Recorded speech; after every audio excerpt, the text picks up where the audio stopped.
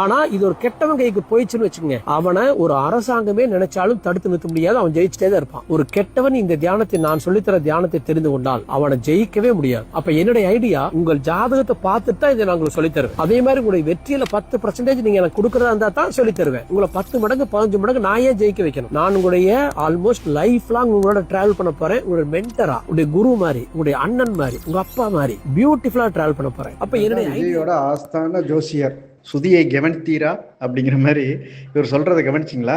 நீங்க கெட்டவனா இருந்தாலும் நான் சொல்லி கொடுக்கக்கூடிய மந்திரத்தை ஓதுனீங்கன்னாக்கா நீங்க ஜெயிக்கலாம்.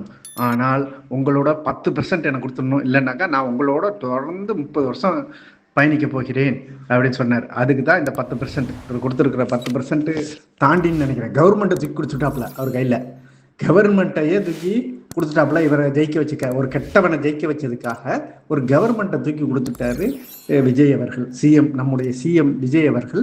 ஏன்பா விஜய்க்கு ஓட்டு போறீங்க? அவர் நல்லவருங்க, அவர் நல்லவருங்கன்னாங்க. இவரை ஜோசியரே சொல்றாரு கெட்டவர். இதுக்கு மேல என்ன வேணும்?